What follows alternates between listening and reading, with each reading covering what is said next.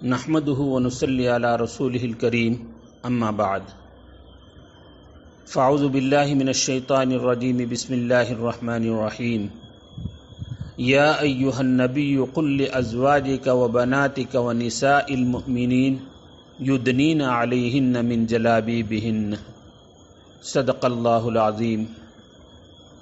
میرے محترم بزرگوں، عزیز دوستوں اور بھائیوں اور میرے معزز ماؤں اور بہنوں، اس وقت میں آپ حضرات کے سامنے پردے کی حقیقت اور اس کے احکام سے متعلق کچھ باتیں عرض کرنا چاہتا ہوں۔ قرآن کریم کے اندر اللہ تبارک و تعالی نے پردے سے متعلق کل 7 آیتیں نازل فرمائیں۔ 3 آیتیں سورہ نور کے اندر اور 4 آیتیں سورہ احزاب کے اندر۔ ان سب آیتوں کا خلاصہ اور تفسیر بیان کرنا اس وقت مقصود نہیں، صرف ان کے کچھ مختصر سے احکامات میں آپ حضرات کے سامنے عرض کروں۔ ان کے علاوہ احادیث مبارکہ میں حضور پاک سرکار دو عالم صلی اللہ علیہ وسلم نے پردے سے متعلق 70 احادیث آپ سے مذکور ہیں۔ پردے سے متعلق قرآن کریم میں پہلا حکم تو یہ ہے کہ عورتیں گھروں کے اندر اپنی رہائش، اپنا ٹھہرنا اختیار کریں۔ فرمایا اللہ تبارک و تعالی نے وَقَرْنَ فِي بُيُوتِكُنَّ، کہ عورتیں اپنے گھروں ہی کے اندر ٹھہرے رہیں، بلا ضرورت گھر سے نہ نکلیں۔ اس کی وجہ احادیث پاک میں یہ فرمائی کہ حضور پاک سرکار دو عالم صلی اللہ علیہ وسلم فرماتے ہیں اذا خرجت المرأة استشرفها الشیطان۔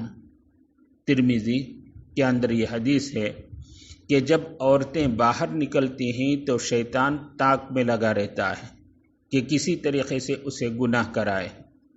اور ایک اور حدیث میں فرمایا لیس للنساء نصیب فی الخروج الا مضطرۃ، رواہ الطبرانی، کہ عورتوں کے لیے باہر نکلنے میں کوئی حصہ نہیں، ہاں وہ مجبور ہو، کوئی ضرورت ہو تب جا کر وہ باہر نکل سکتی ہیں۔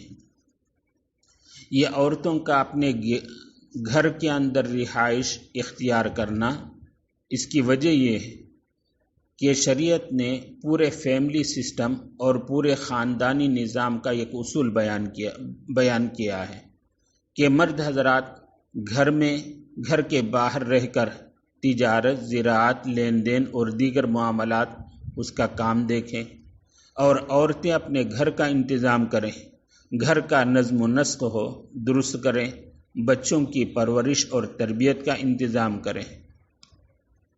ایک دوسری بات، قدرت نے مرد اور عورت کے جسم کی ساخت الگ الگ بنائی ہے۔ اللہ پاک نے عورت کے جسم میں مرد کے لیے ایک قسم کی جاذبیت اور کشش رکھی ہے۔ اسی وجہ سے خواتین حضرات کو اس بات کی تاکید کی گئی کہ وہ بلا وجہ گھر سے باہر نہ نکلیں اور اپنے جسم کی نمائش نہ کریں جو فتنے کا سبب بنے۔ لیکن افسوس، مغربی تہذیب نے عورتوں پر یہ ظلم کیا کہ ان کی تجارت کو چمکانے کے لیے ان کو سیلز گرل بنایا، اشتہارات میں ان کی عریاں نیم برہنہ تصویریں شائع کر کے لوگوں کو، مردوں کو دعوت نظارہ دیا گیا۔ سڑکوں، بازاروں، آفسوں اور کالجوں میں ان کو پردے سے باہر نکال کر بناؤ سگار اور زیب و زینت کرا کے معاشرے کو گندا اور ناپاک کیا، جس کی وجہ سے زناکاری، فحش اور بدکاری اور منکرات عام ہوتی گئیں۔ اسی لیے شریعت مطہرہ نے عورتوں کو بلا ضرورت باہر نکلنے سے منع کیا ہے۔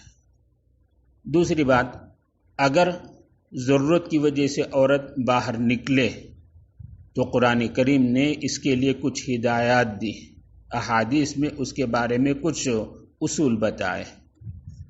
قرآن کریم میں فرمایا یا ایھا النبی قل لازواجک وبناتک ونساء المؤمنین یدنین علیہن من جلابیبہن۔ اے نبی صلی اللہ علیہ وسلم، آپ اپنے ازواج مطہرات کو اور اپنے بیٹیوں کو اور عام مومنوں کی عورتوں کو یہ ہدایت فرما دیں کہ اپنے چہرے کے اندر وہ پردہ ڈال لیں، یدنین علیہن من جلابیبہن، جب باہر نکلنے کی ضرورت پڑے تو برقع اور پردہ ڈال کر نکلیں۔ حجاب کہا جاتا ہے وہ ایسے پردے یا برقعے کو جو عورتوں کے سر سے لے کر پیر تک چھپا دے، صرف آنکھ دیکھنے کے لیے کھلی رہے۔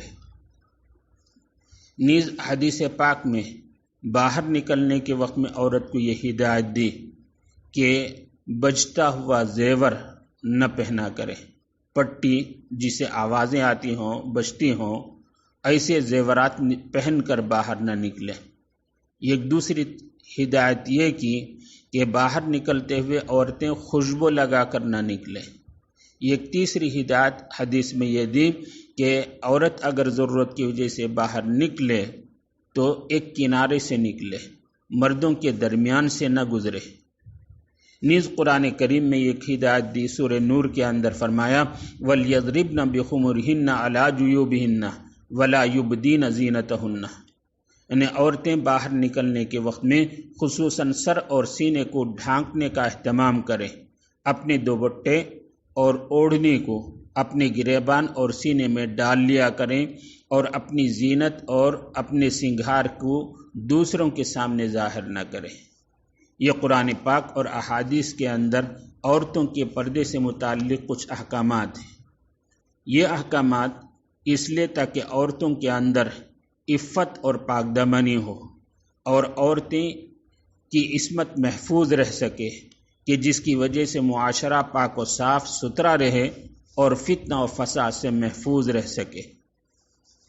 فتنہ و فساد کے روک تھام کے لیے حضور پاک سرکار دو عالم صلی اللہ علیہ وسلم نے ایک جگہ یہ ارشاد فرمایا کہ کوئی عورت کسی اجنبی مرد کے ساتھ تنہا نہ رہے، ایسا موقع نہ ہو کہ مرد اور اجنبی عورت تنہا ایک ساتھ رہیں، ورنہ تیسرا شیطان ہوگا جو گناہ پر اکسائے گا۔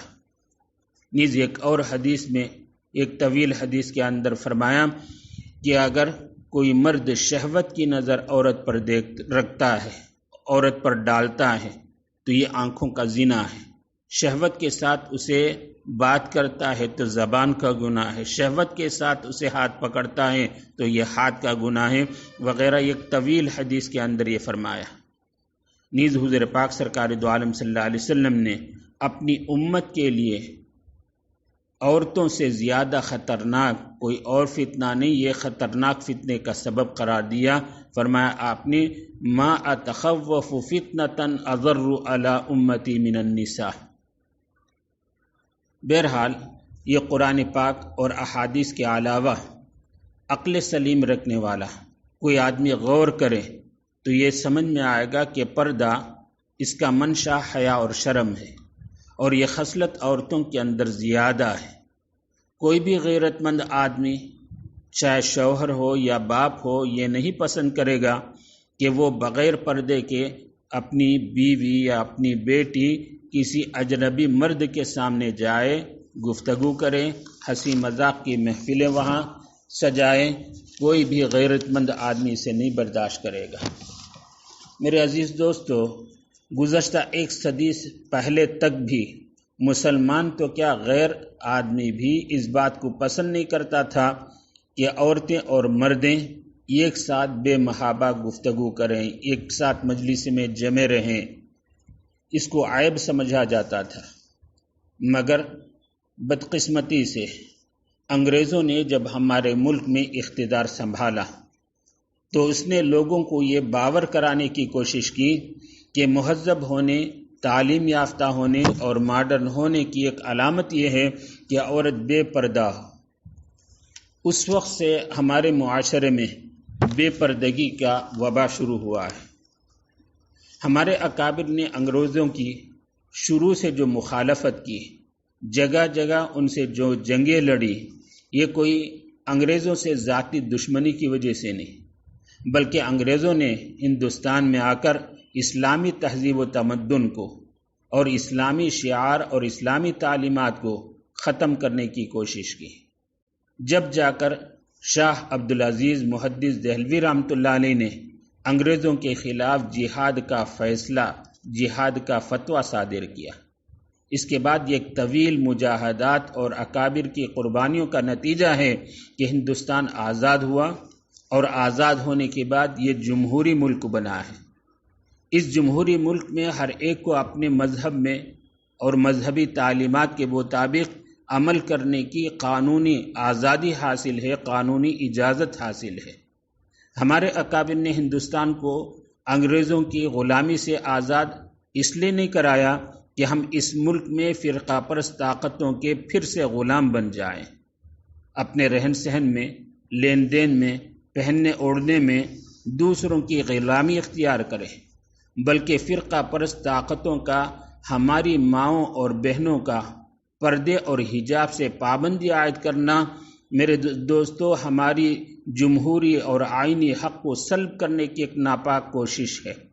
ان فرقہ پرست طاقتوں نے ہمیں غلامی اختیار کرنے پر مجبور کرنے کی ایک ناپاک سازش کی ہے، سازش کر رہے ہیں۔ ماں اور بہنوں، ہماری عورتیں کوئی بھی کپڑا پہنیں، کوئی بھی کپڑا اوڑھیں، اس میں ہر ایک کو آزادی ہے۔